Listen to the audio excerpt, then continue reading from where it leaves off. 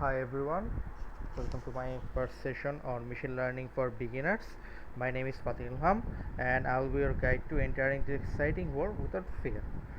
If you have ever wondered how Netflix knows what you want to watch next, how Google Photos can recognize your friends' faces, or how self-driving cars avoid obstacles, that's all thanks to machine learning. Today we are going to break it down in the simplest way possible. No heavy math, no scary code, just intuition and fun examples to help you understand the basics. So, what exactly is machine learning? That's a common question. Machine learning is a type of AI that allows computers to learn from data and make decisions or predictions without being explicitly programmed step by step for each task. Let me give you a simple example. Imagine you want to teach a computer to recognize whether a picture is of a cat or a dog. Instead of coding a long list of rules like if it has whiskers or pointy ears, we show the computer how many label photos of cats and dogs. Over time, the computer learns the patterns and figures out how to classify new images on its own. So basically that's machine learning, but if you still didn't understand, it's totally fine. As I go through the slides, you will understand it more. Okay, so these are the key concepts of machine learning. Let's start with neural networks, the foundation of deep learning. These are algorithms modeled after the human brain's interconnected neurons. It works like this: data flows hidden to layers, input to hidden or hidden to output. Each connection has a weight adjusted during training.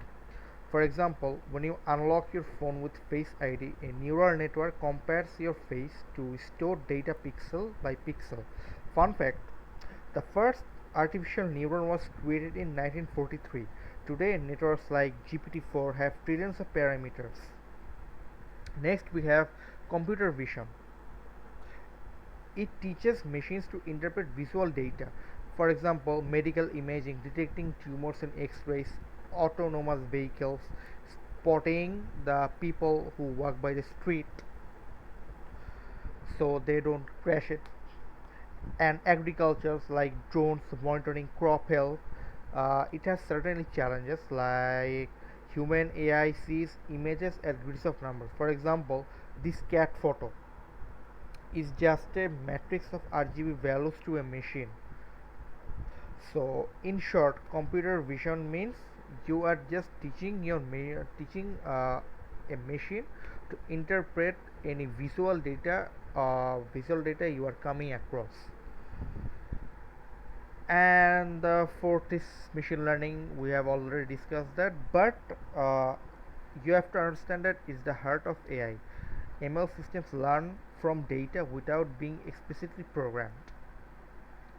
Then we have NLP or natural language programming. Now ask yourself a question. Ever you chatted with Siri or Google's assistant, right?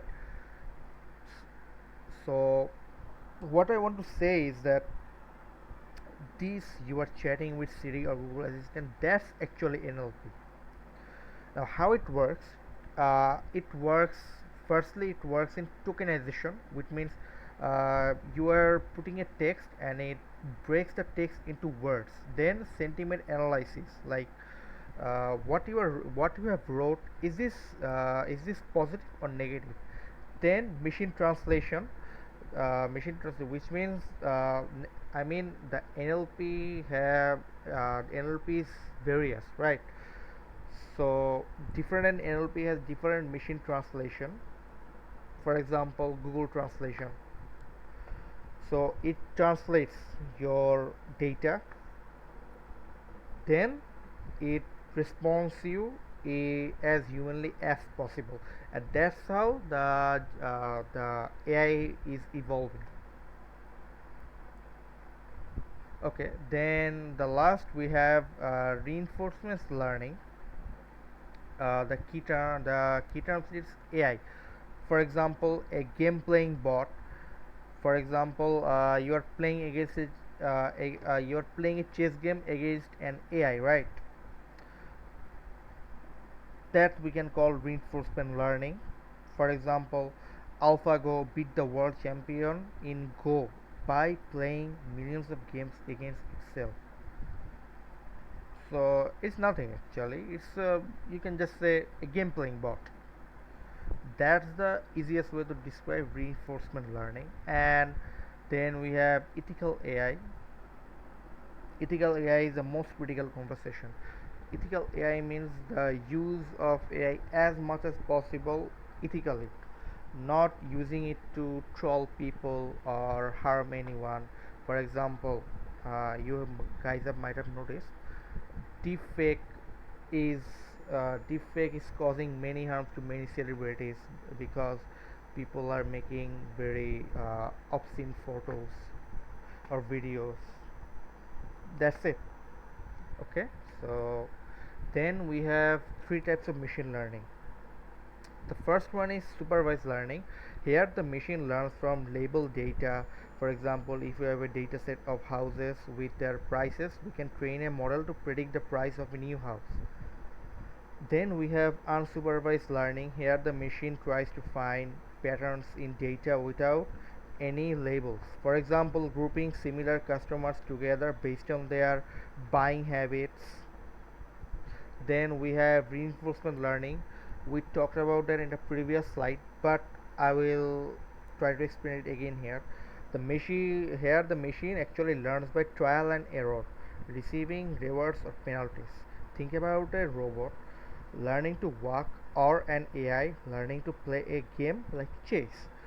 So it means that the machine actually learns from its mistakes or the feedbacks. Then we have roles of data in machine learning. First up, the training machine learning models. This is the most where this is the most important part where data plays most critical role. A model learns patterns from label or super or unlabeled data. Label means supervised or unlabeled means unsupervised. For example, a spam filter trains on thousands of emails marked spam or not spam. Quality matters, garbage in, garbage out. Biased or noisy data leads to poor predictions. Quantity helps. The more diverse data usually means a smarter model. Think about it. If you only dare train a facial recognition model on one ethnicity, how accurate would it be for everyone? It's a point, right? Then we have testing and evaluation. It means that we need to know how the model actually works. Split data into training and testing. When you split the data into training, it go the 70 to 80% of data goes to training and 20 to 30% depending on the training goes to testing. If you use metrics like accuracy, precision, or F1 score to evaluate performance, real world analogy would be that think of this like a school exam. This training is studying and testing is actual test, right?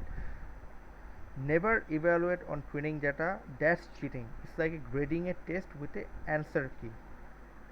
Then we have feature engineering. I think it's a mistake. Yeah, never mind. It would be future engineering. Because of some autocorrect it became future. Okay, so this is feature engineering. Feature, all right. This means the art of transforming raw data into meaningful inputs to models, turning birth date into age, then extracting hashtags from social media posts. Bear, these are the examples of feature engineering. Better features means better performance. A model predicting house prices will fail if you feed it raw street addresses instead of square footage or zip codes. So that's it. Then we have anomaly detection. Yeah, you guys ever spotted a fraudulent credit card transaction? That's anomaly detection in action. Models flag data points that deviate from the norm. For example, sudden 10K purchase with your credit card. It is used in cybersecurity, healthcare, irregular heartbeats, and manufacturing. Balancing insensitivity, too many false alarms and user ignored alerts. I mean, yeah, sometimes it can be a pain, but it's you have to keep looking. Then lastly we have data augmentation. It means creating synthetic data to boost small data sets. It means image data, text data. For example, medical AI often uses data augmentation because patients' data sets is small and privacy sensitive. Then we have a fun fact. You guys know Tesla, right? It's owned by Elon Musk. Tesla's self-driving AI trains on millions of simulated crash scenarios. Crazy, right? Okay. Then we have case study samples. First one is predicting disease outcomes. For example, IBM Watson Oncology uses machine learning to recommend cancer treatments by comparing a patient's record with number of historical cases. Google's DeepMind project predicts acute kidney injury 48 hours before symptoms appear. Why it matters? Early intervention means better survival rates, right? It also reduces misdiagnosis because AI catches patterns human might miss. Because yeah, because I mean, humans' brains are obviously advanced, but it sometimes it just tires out, but AI brain never tires out. That's why AI is efficient. Then we have algorithmic securities trading. It means the AI makes split second stock market decisions. For example, machine learning models analyze news, sentiment, price trends, and even satellite images. For example, counting cars in Walmart parking lots to predict sales. Then Renaissance Technologies Medallion Funds uses AI to outperform human traders consistently. There's a controversy regarding that. Flash crashes can occur if algorithms react unpredictably, like in 2010, when the Dow dropped 1000 points in minutes. Then we have personalized recommendations and cart management. You guys have wondered why? You guys have ever wondered how Amazon knows what you want? That's personalized recommendations. Behind the scenes, what it does? It collaboratively filters what Amazon users have bought. For example, users who have bought X also bought Y. They collect this data. Then they use reinforcement learning to optimize suggestions in real time. For example, you guys watch Netflix, right? So Netflix is 1 billion per year savings from reduced churn. Then cart management. Cart management means AI detects when you are hesitating at checkout and offers you discounts. Complete your purchase in 10 minutes or 10% off. You guys see this headline, right? Then we have a fun fact. 35% of Amazon's revenue come from these recommendations. It's crazy, right? Then we have predictive tools maintenance. Factories love predictive maintenance. It saves millions by preventing equipment failures. For example, General Electric uses sensors plus AI to predict jet engine failures 30 days plus in advance. Siemens AI reduces wind turbine downtime by 50%. Now you can question how. Vibration, temperature, and sound data train models to spot ano- anomalies. Yes, yes. Okay, so then we have a cost saver because fixing a machine before it breaks is 10,000 cheaper than emergency repairs. Crazy, right? Okay, then we have autonomous vehicles. It means blend all the AI disciplines. It has computer visions. It uses computer visions to spot the people. Then it uses reinforcement learning to navigate traffic. Then it uses natural language processing to responding to voice commands. The prime example is this Tesla's autopilot. If you guys can search it on Google, you'll find it, and it's very interesting. Okay, then lastly we have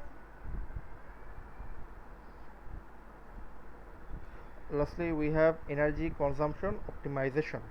Okay, so AI helps combat climate change. Now you can question how. Google DeepMind reduced data centers cooling costs by 40% using ML. It means smart grids balance supply demand in real time, integrating renewable energy. That's a good point actually, because global warming, since I think yeah, I mean I've been seeing it since 2010s that global warming is a serious issue, and it always has been. Like the ice is melting, the polar bears are disappearing, kind of like that. But yeah, Google DeepMind is doing very good with it. Okay. Okay, so now we got some real world applications. Let's see it. Okay, so let's start with recommendation system. Ever noticed how Netflix suggests you how you end up loving, or how YouTube seems to read your mind with video recommendations? That's machine learning in action. Correlative filtering. The system analyzes what similar users enjoy. For example, if user A and user B both like Stranger Things and The Witcher, Netflix might recommend Witcher to user A if they haven't seen it yet. Then they have content based filtering. The system recommends items similar to what you have liked before. For instance, if you watch cooking videos, YouTube will suggest more cooking contents, and it happens. Like I remember, I once watched a cooking video, and it just it just kept recommending me all the cooking videos. It's crazy. Okay, then we have spam filters. Spam filters, I mean, you guys know what it is, right? But then again, spam filters mean you get no fishy email or any scam email. But it also happens that sometimes spam filters fail to detect any important messages. Then you guys have to check regularly. Okay, then we have self-driving cars. I mean, we have talked about that before, autonomous vehicles in previous slides. Self-driving cars like Tesla's self-driving cars, and how they use NLP, then computer vision to navigate traffic, or how they respond to voice commands. So yeah, that's it. Okay, so guys, this is what I want to tell you about machine learning, and to give you the whole concept of machine learning. But uh, but always study by yourself, because these are the important steps. I just gave you an idea, but very soon I will upload another video, because theory is boring, right? So this is the first session, so I just took theory and tried to make you understand what machine learning is. But from the next class, we will dive into coding, we will dive into some fun projects, and that's it. Hope you guys have fun, and as always, thank you guys for coming to my session. Okay, so goodbye.